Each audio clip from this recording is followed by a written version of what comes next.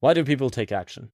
Well, every person has a current state and they have a future state, right? That's fundamentally it. Every person you talk to in your market has a situation where they're in right now and they have a situation where they want to be, all right? And this is called gap selling, but I'm going to go into this way deeper than people usually go into this, because there are some layers to this that will help you visually understand how to make an offer that's good for cold traffic.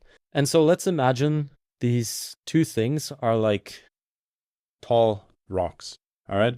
You have one here and you have one at the future state, okay?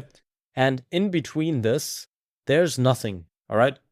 This right here is just empty space. And so you don't want to go down here because you're going to fall, all right? And ideally, you want to take someone. Let's see if I can draw a nice person here. There you go. You want to take someone from their current state to the future state, all right? This person wants to go here. But how do they do that? Well, as you can see, between current and future, there is a gap. And this gap is key to selling everything. This applies to marketing, this applies to sales, everything, all right? And so a concept that I need you to understand is something I call lighting the fire, all right?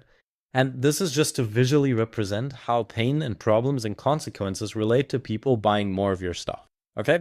Let's imagine I take the current state, and this is a lead, all right? And I just light a fire here. So this right here is just fire. Now this person right here has nowhere to go, all right? Because there's nothing to cross this gap. And the only thing this person can really do is either just stay in the fire, which hurts, it's painful, and it's not good for you, or they can jump down here, try something, and it's not going to work because there's nothing to go to. Like, this is certain death, all right? In both directions. You can't go anywhere. Now, by you asking your prospects what they tried before, how that went, how long they tried it for, why they think it didn't work, all these problem questions that you ask, and you even mentioning a problem in your outreach is going to light a fire. The more you ask, the deeper you go, the bigger this thing will become. Let's say instead of this fire, I throw just like a tiny match that's on fire under this person. What is he going to do? Well, he's just going to stomp it out, and it doesn't matter, all right? Current state's perfectly fine. I don't want to move because there's nothing. I just fixed the problem, all right?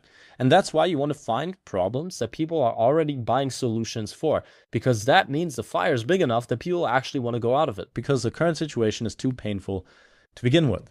And so your solution should be the obvious next step and the only next step to get out of this painful situation.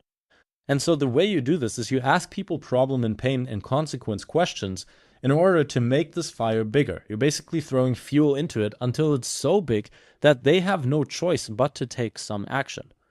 All right? And then as soon as that happens, you're going to present your solution as a bridge that they can use to get from where they are to where they want to be. Sounds simple enough, right? So this right here is your bridge / product.